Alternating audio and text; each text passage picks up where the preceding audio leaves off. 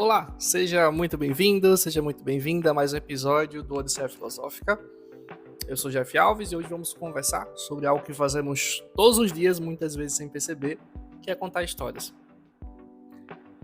Antes de começarmos, agradeço pelas interações que vocês tiveram no nosso último episódio, que foi o começo de uma série de entrevistas que pretendo continuar fazendo, com inclusive entrevistas em vídeo, né? Ao contrário do que geralmente são os episódios aqui do podcast, apenas em áudio.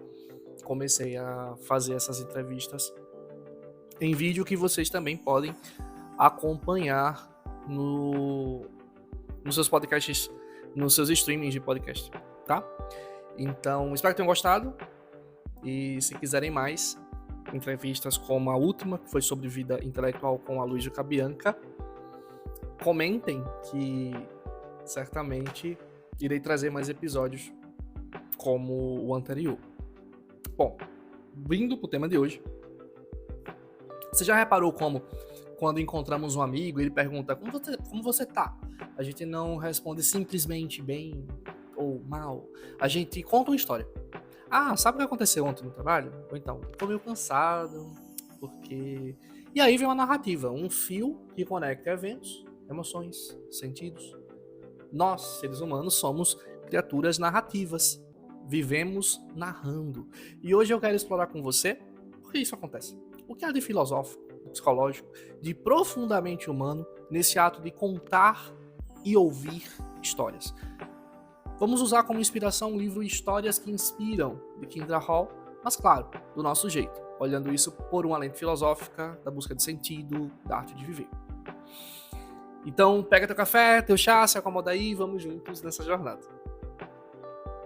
Bom, sabe, tem uma frase que eu gosto muito. Viver é narrar-se. Pensa comigo. Desde que a humanidade existe, desde as primeiras tribos ao redor das fogueiras, o que é que a gente faz? Conta histórias. Os mitos eram contados não como mentiras ou ficções vazias, mas como mapas simbólicos da realidade.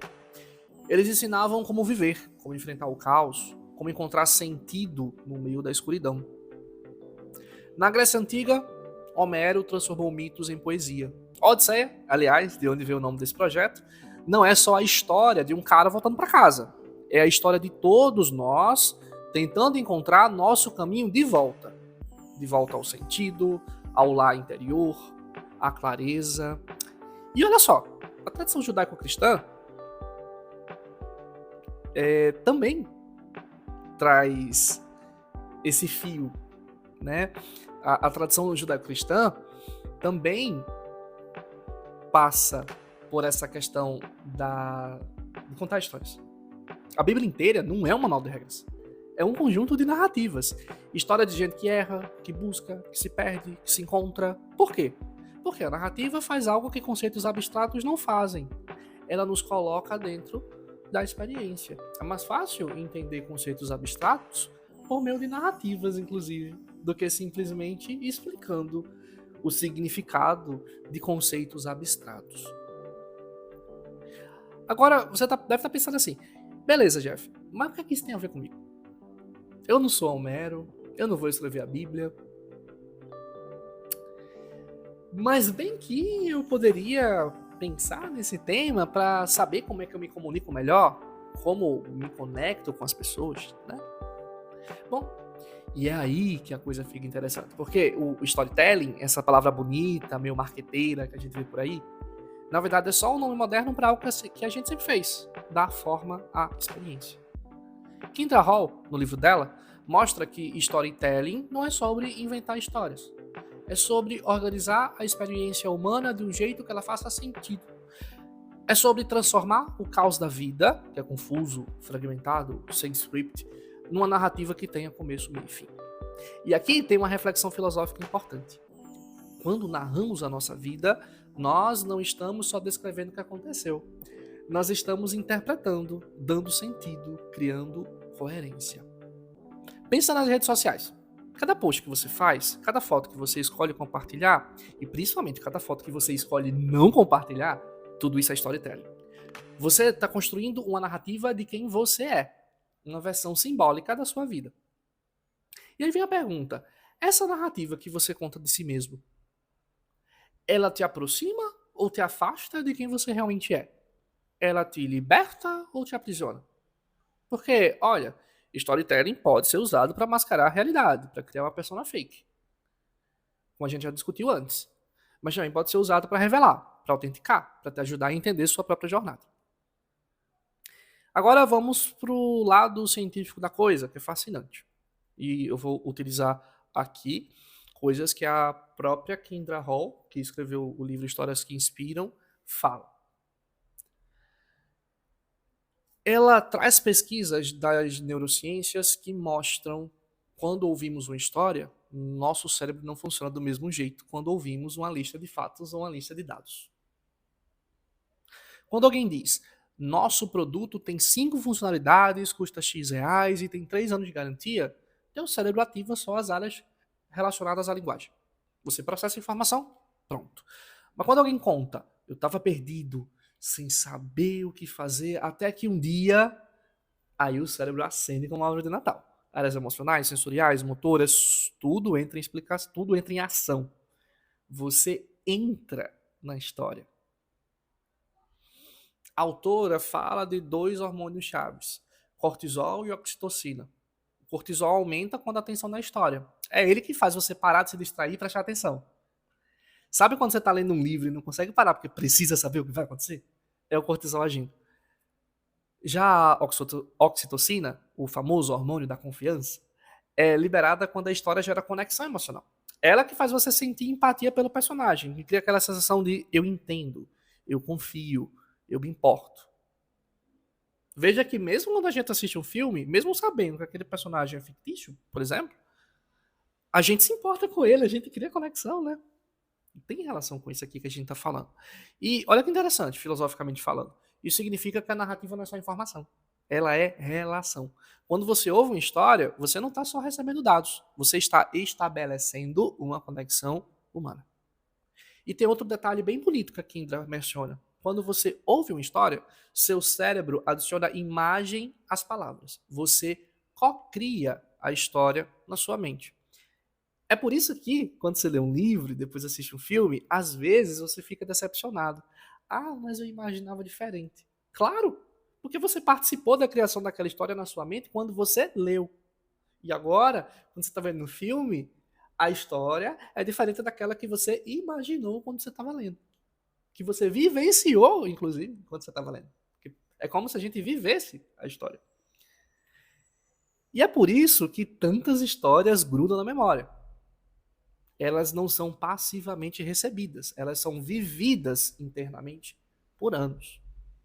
E exatamente as histórias que conseguem fazer isso são as histórias que ficam guardadinhas na nossa memória. Beleza, então agora a gente entende.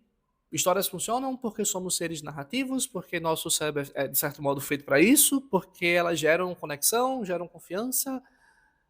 Mas aí vem a pergunta prática, né? O que afinal é uma história? O que é que não é uma história? Nos termos de storytelling. Já que a gente está falando de storytelling. Vamos começar pelo que não é storytelling, porque a gente confunde muito isso.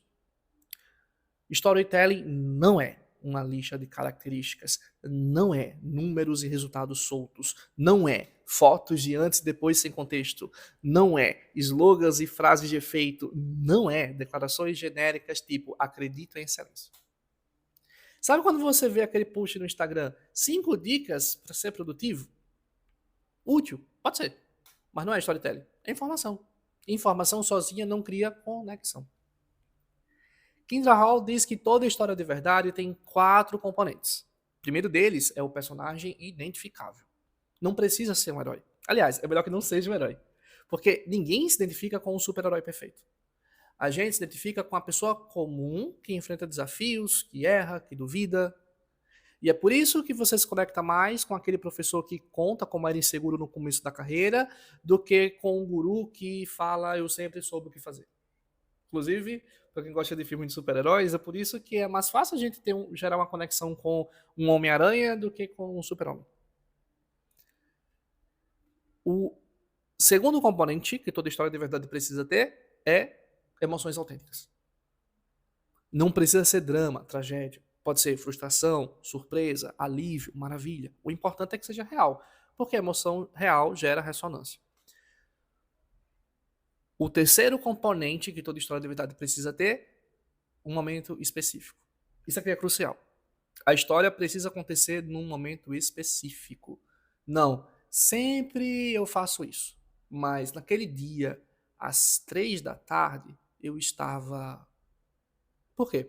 Porque especificidade cria presença. Ela te coloca dentro da história. Ela coloca quem ouve dentro da história.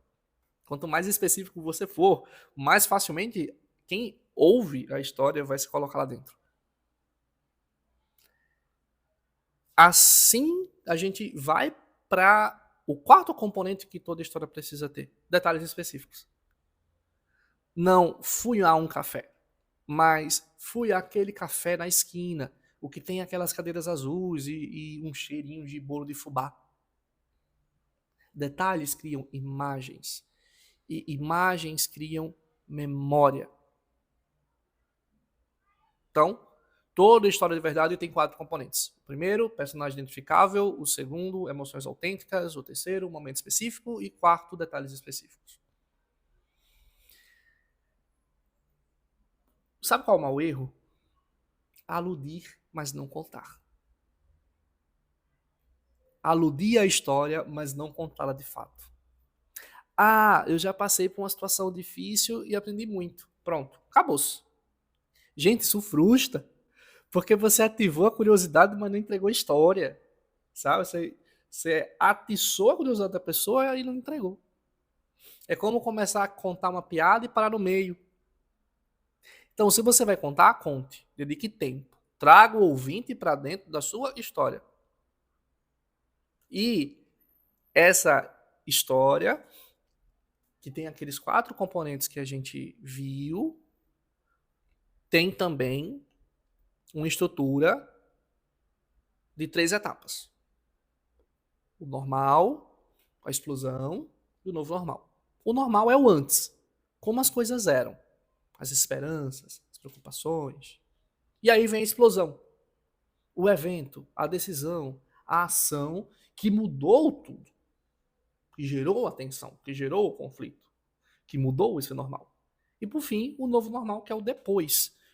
O que se torna possível agora, após essa explosão e a superação dessa explosão. E olha, isso não é só técnica de comunicação. É uma espécie de estrutura existencial. Porque é assim que a gente vive, no equilíbrio, até que algo acontece, e então precisamos encontrar um novo equilíbrio. É uma jornada do herói em 3 etapas. É a odisseia de cada um de nós em 3 etapas. Agora, Kindra fala muito sobre storytelling nos negócios. História de valor, do fundador, do cliente. Isso é importante, sim, mas eu queria focar no que ela chama de auto-storytelling. Auto-storytelling é contar histórias para você mesmo, sobre quem você é, sobre o que é possível. E aqui a gente entra num território profundo. As histórias que contamos para nós mesmos criam a nossa realidade. Não no sentido místico, tipo lei da atração, mas no sentido psicológico real.